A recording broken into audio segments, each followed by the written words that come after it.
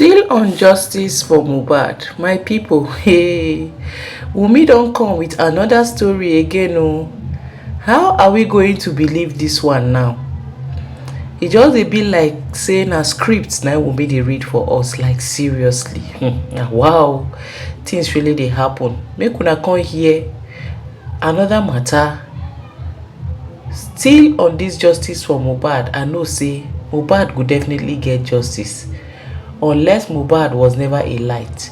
My people, make una come hear matter, make una come hear update upon update on this Mohbad case.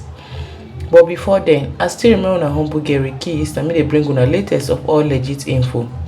If you never subscribe to this channel, make una dey help us dey subscribe, hit on the notification bell so they go notify you anytime we drop latest ogbonge tori like this. Let's go there, guys. You didn't get to talk about how she died from your own perspective. Yeah. So I think it started from the show, the last show that he went to Èxpósèd. And after his performance, he wanted to go home. I think we got to the show around 7 p.m.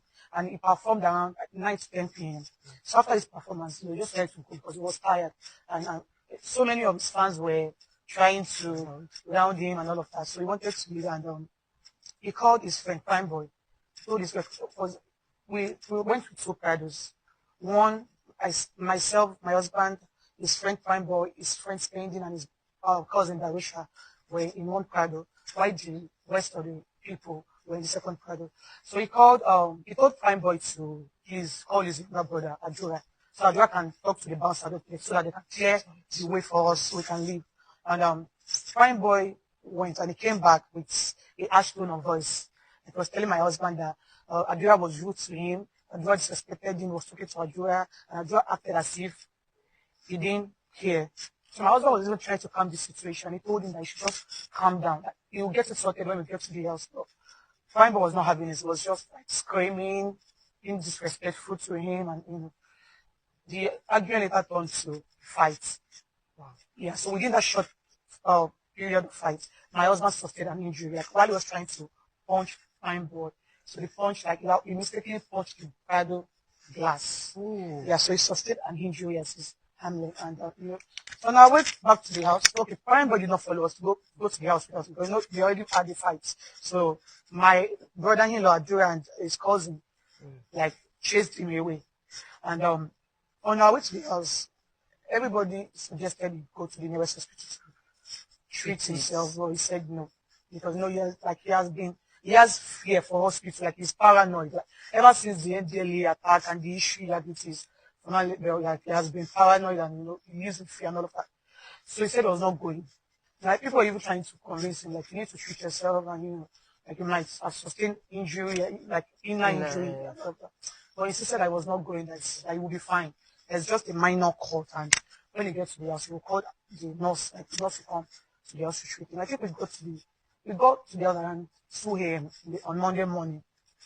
And immediately we got to the house, I went upstairs to pick up my baby. I have a 5-month-old baby. And normally I actually went to the show with him because I had a plan with my mother-in-law to go to the market the Monday to stock our shop. Because I was not seeing mother, so I was not supposed to go to the show with him. But I followed him because of the plan I had with my mama next day. So, but because of the fact we all had to come back to the house. So, and immediately we got to the house, I went upstairs to change to dress my baby up, and he was downstairs with his friends, his brothers, his workers, like they were all just. I think around 6 a.m. in the morning, he came inside, and he apologized to me for doing that at the show because I was not happy with what he did because we have a 5-month-old baby with us. Like what if? So he came inside, he apologized to me, we smiled, and he showed me that I told him to go to the hospital, but he said the nurse will come later. So I said, okay, no problem. So meanwhile, it was okay all through that time. It was fine. It was just a minor cut, like a minor cut. It was not deep. So meanwhile, before then, his brother, his cousin Darusha, and his DJ Bami already went to the pharmacy to get a Panadol, a rub, and spirits to clean the wounded, the injury. So I asked for it. So he showed me the drugs and everything. So I had to clean the injured parts and massage it with a rub. So we slept on Monday morning, and I think I woke up early because of my baby. Now we told her to cater for. So when I woke up, I noticed that his hands is swollen. So I had to wake him up and tell him that, bro, we need to go to the hospital. But he said the nurse is coming. So I called Bami to ask. The nurse Bami said the nurse is out, and the nurse has traveled to meet our parents. And okay, so he went downstairs, and his friends were still there, spending. Bami and other people were in the house. So he showed them the injury, and he said he needs a nurse. That his own personal nurse is not around. And spending his friends offered to get him a nurse. So the spending called the nurse. I think he called the nurse, but did not know response. So he gave a number to his DJ, which is Bami, to keep calling The her. nurse. So I think the nurse later picked, and the nurse said she was not around. And I think on Tuesday, he had a podcast with one lady called Susan, my husband. And the nurse called also on Tuesday. I think Spendi later called the nurse, and the nurse later, but then Spendi has already left The house. the house. So Spendi later called Bami that she should give the nurse a call, that the nurse Is now around. is now around. So Bami called the nurse on Tuesday morning, and the nurse said, yes, she's around, that she would come. So and then Bami was not at home. So Bami called me to inform my husband if he still wants The nurse. the medication. So I asked him. At first he said no, that he's already getting better because of and also he had plans for that day.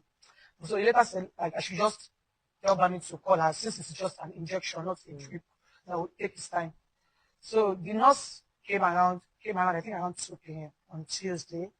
And we already had plans for that day. We wanted to go for a podcast, and also we wanted to, because that was the day our baby called Club 5 months, we wanted to get him a present for his 5th month birthday. So the nurse came out around 2 p.m. But when the nurse came, I was already in the kitchen trying to cook for the family, because we had a plan on celebrating Liam, because he has been celebrating for his first month. Do you understand? What is celebrating Liam? So I was in the kitchen when the nurse came. And when the nurse came, she went upstairs to meet my husband. I also went. Yeah, but we wanted to take the medication in Liam's room, but Liam's room is very small, so we had to go to our own personal room, myself and my husband's room. And the nurse examined the wounded parts, and I told her that my husband is an ulcer patient, and she should be careful with whatever he wants to administer on his body. She was even happy, like she was even thanking me that thank God I informed her, and she said, so I was asking her, what kind of injection do you want to give him? I asked her, and he said, tetanus, and I've forgotten the rest. No, I'm not in the medical line. So he gave the nurse administered one injection. The second one, I think it was the third one that got on his body. Oh. Yes, it was the third injection. But I was not really at the scene, because I was cooking before the nurse, so I had to go to the kitchen to put all the food I was cooking. I went upstairs. So I think it was around the nurse was about to give him the third injection when I entered. So immediately I entered, he was telling the nurse to remove it. I was feeling somehow. He told the nurse to remove it. He wants to pee and he wants to vomit. So I held his hand to the restroom. He vomited. He peed. When I come back from the restroom, he just fell down. They started saying his heart is hurting him. He needs water. So I had to call on Adura, Bami, like the other people that that they should come. So he told Adura to get him water. Adura should pour in water. So Adura got him water. We poured the water on him, but he was still not feeling comfortable. He said he needs he needs fan. Like he's hurting inside his heart. He's hurting him. Yes, like he needs water. Like he needs us to pour in water. Next, he started having his body started having reactions. Like he was vomiting. So we had to carry him to Liam's room, because Liam's room has AC. So he said he's still not feeling comfortable. So I knew that at least something had to be done. So I ran to our neighbors, because his car was faulty. Like his personal mechanic was working on his car. So I went to the mechanic. He has not even gone anywhere with the car. We cannot carry the car to the hospital. So I had to run to the next neighbor to please help us. And the neighbor accepted, and he followed up me upstairs to carry my husband. And I had to call on different people to just help me to carry him. So, immediately that thing happened. The nurse ran to the nearest pharmacy. The nurse and Bami, they ran to the nearest pharmacy to get something to calm the reaction. But so on our way going to the hospital, we saw Bami and the nurse. So we had to take them along. So, and we stay around Orchid in Lekki. So like on our way going, there was more traffic. The traffic was really much. So we had to just come down from the car and carry on a bike to the hospital. So we got to the hospital and the nurse, the doctor, my brother-in-law and Bami went to the ward. They didn't allow me to go because of the way I was doing. So when we got to the hospital, the doctor tried to examine me. I think like 15 minutes later, just the doctor broke the news that he's dead.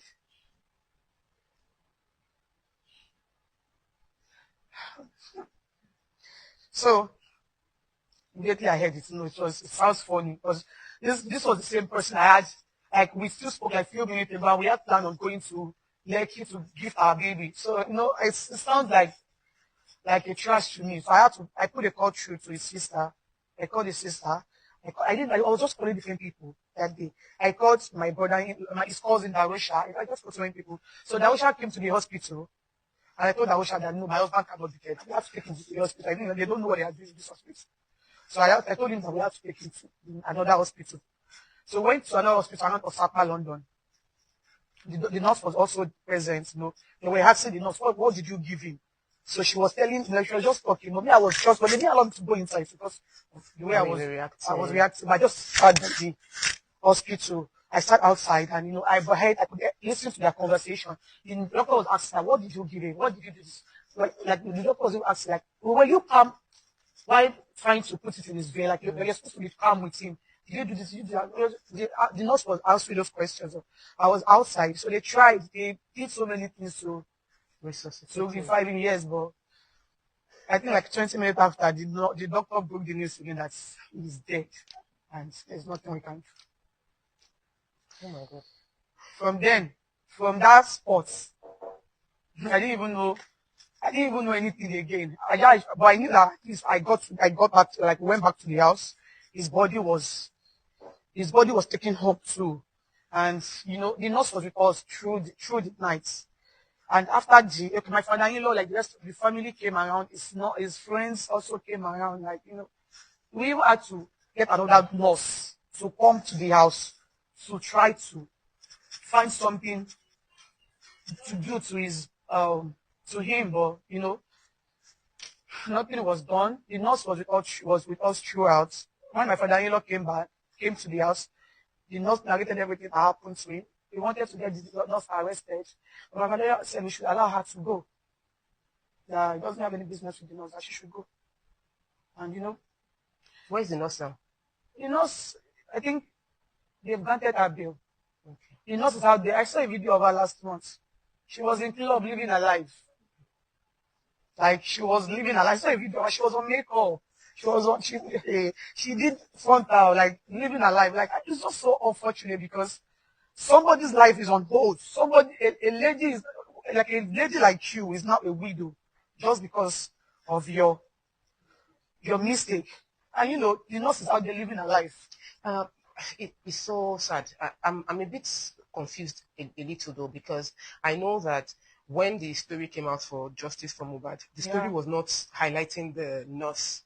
Though they mentioned it, it was highlighting more of all the bullying that took place before. Was there an impact of the bullying on what happened that day? Is that why there's still a claim that the bullying must have affected? Was there any correlation, or was it just the nurse? It is just the nurse. But one thing about it is that, like, the bullying had a negative effect in his life. Do you understand? Because if he was not bullied, if he was not living in fear, he would have gone to the hospital straight, immediately. Do you understand? One way or the other, the bullying has affected him to the extent that it is like he has already put the fear in me too. Because when I had my baby, I was supposed to have my baby at the hospital, but he insisted that I can never deliver his child in the hospital. We had to go to this traditional. Wow. That is how it was. It's really affected his way of life, his level of thinking. Like, so many things changed in his life. And even when I had my baby, like, there was so many complications too. I could have died too. Do you understand? But thank God, like, he came over they rushed me to the hospital, like, I became better. So one thing is, the bullying had so many negative impacts in his life. His way of life, the way he lives, the way, like, it even affected income, because there are some shows I can never attend because those people would go there to bully him. Oh. Do you understand? So it affected him in so many ways. And I knew for a fact that if we had gone to the hospital, there is a possibility that my husband would be alive. Do you understand? But because he said that I was not going. I even got to a point, he started screaming at his cousin. I was like, why is he forcing him? He said he's not going, And for him, and my husband is somebody that usually goes to the hospital. Any inconvenience, even if it's headache, he will go to the hospital. But for him to have said he's not going, so just know how much The bullying has affected him. There was one of the people that took this story of Justice for Mohbad very seriously and became even almost controversial about it is Wunmi. And I wanted to know, how did you feel about everybody that was jumping on? Like, this is your own personal experience. You are going through trauma, and people are on Instagram shouting and doing broadcasts on your life. Yeah. How did that make you feel? So it makes me feel sad because so many people have become successful in this Justice for Mohbad. A lot of people have made so much money, a lot of money, like millions of money. You don't even want to know. So it's something that makes me feel sad because they are literally like happy on our own pain, our own sadness. But there's little I can do because Australia has given them the chance to do whatever they want to do, to go to go all out. As far as they are defaming me, he doesn't mind. She understands. As far as they are all coming for me, he does not mind if they make money or anything. But all he wants is just for them to keep coming for me. She understands. And you understand the equation. Do you understand? The first interview that he did, I heard of was, he did a live video on Instagram saying Nigerian police arrest me. I don't even know him. I didn't even know him to be an artist. So why was it attacking you? But the funniest thing, I saw that live video, I tried to check his handle on my Instagram. I noticed that he has blocked me. So I got to realize that this one is actually coming with his own personal issue because I don't know him. I didn't do anything. So for him to have even blocked me shows that he has this bitterness and hatred for me. She understands. So everything that he has been doing, I am not really surprised, but it's just so sad with the way he's going about it because a lot of people believe in him. They believe whatever he says is the truth, and he's been using that to milk the public. She understand. At first, it came with the narrative of CCTV. Like, he has a CCTV of my husband's apartment. The CCTV has captured where I was fighting him or where a lot of people were outside crying. My husband has died way before the time that it was announced online. It was just giving so many narratives, and people tend to believe because they feel like, he's an online activist, online woman rights activist. Because I feel like a group activist is not supposed to be partial. He should hear from both sides.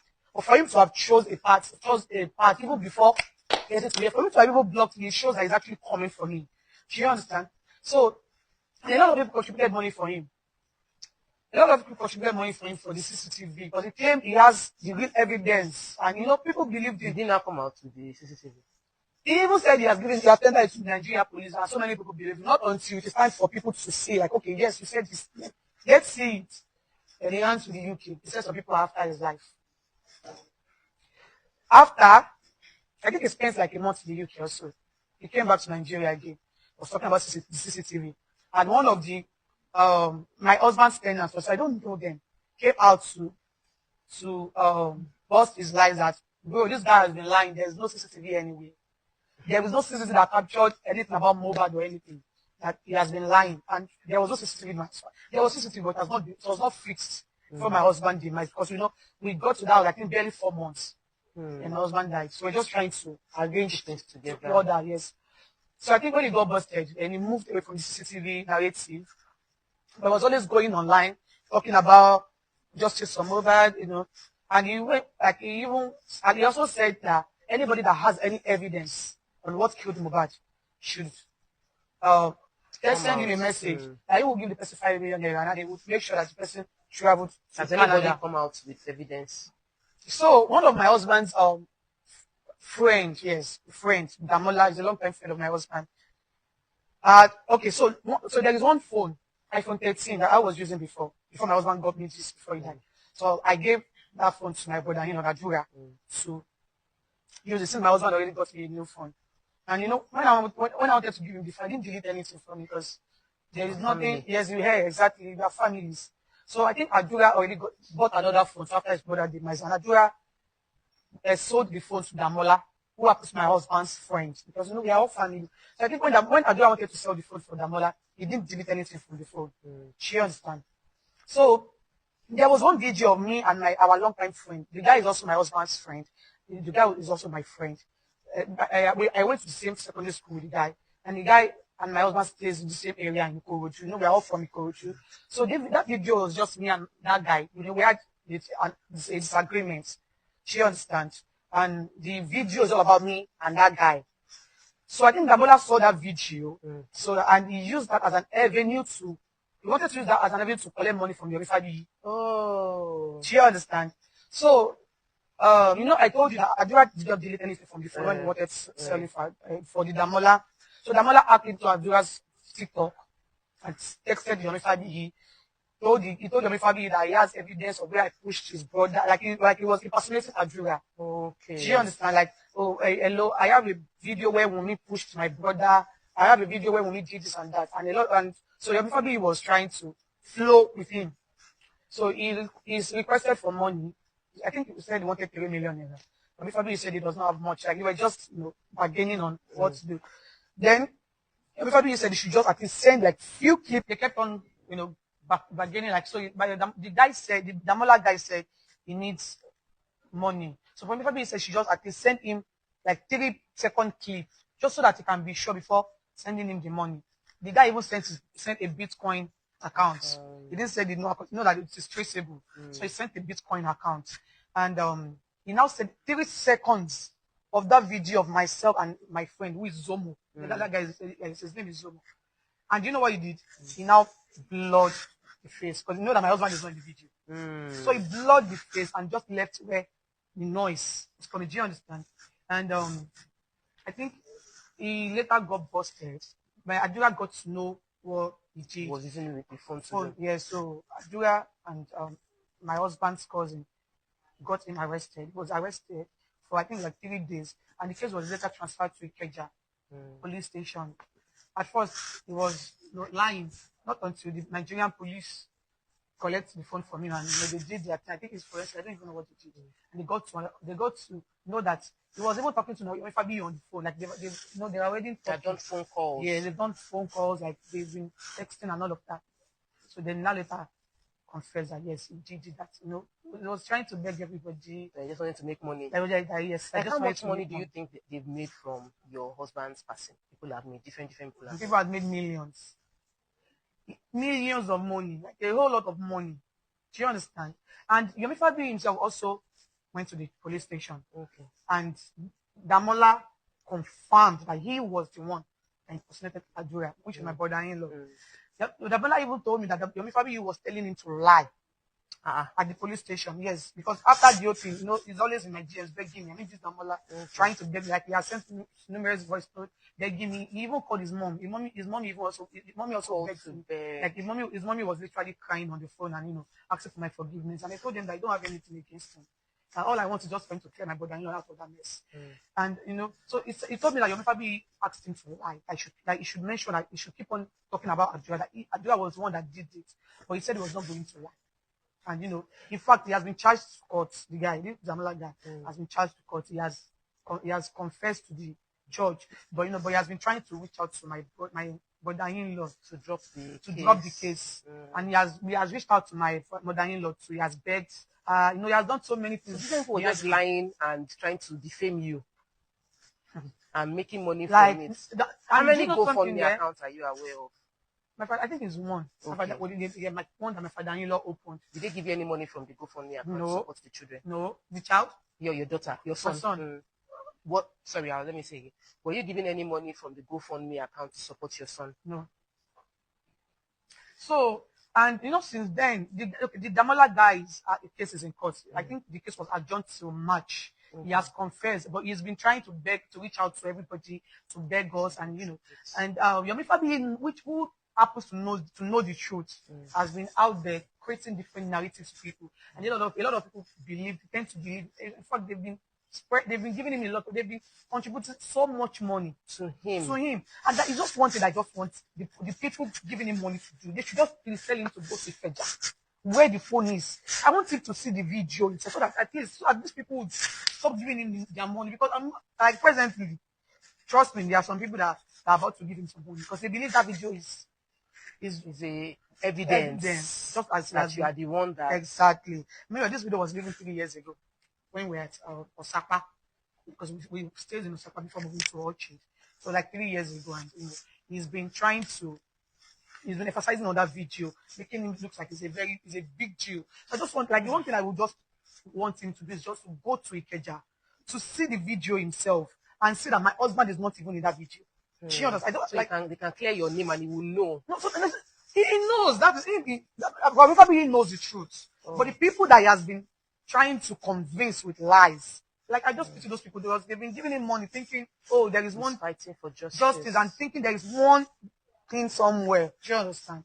So yeah, I think that, and he's been out there defaming me, defaming my brother-in-law, making it seem like, oh, my brother-in-law knows a lot, and he's been trying to hide from do you understand, from the truth. Like, he has been painting that narrative, and a lot of people has. But in conclusion, what would you want people to just note concerning like this entire Justice for Mohbad movement? Yes, what would you want people to note? Okay, so one thing I want people to note is that there is a nurse involved in this case. My husband reacted to an injection. So I don't know if the nurse did it on purpose or it was a mistake.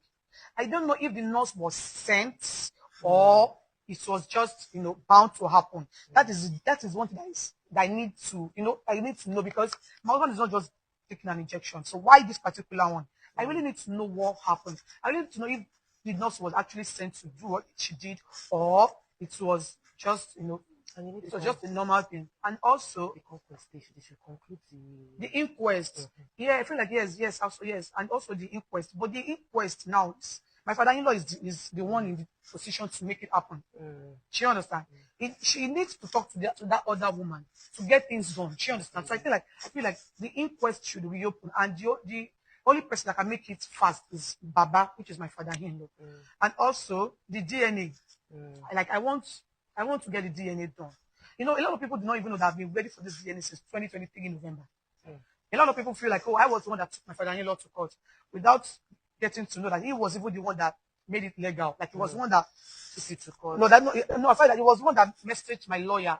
Like, I expected him to at least call me as his daughter-in-law to address it, but no, he never did. Instead, he had to buzz my lawyer for it. So a lot of people do not know many things. A lot of people feel like, oh, maybe I have been wanting for it. Why is it now that I want to do it? Like, most of them do not even know that I have been ready since last 2023 in November. Do you understand? So I think those are the 3 things. And also the people that bullied my husband.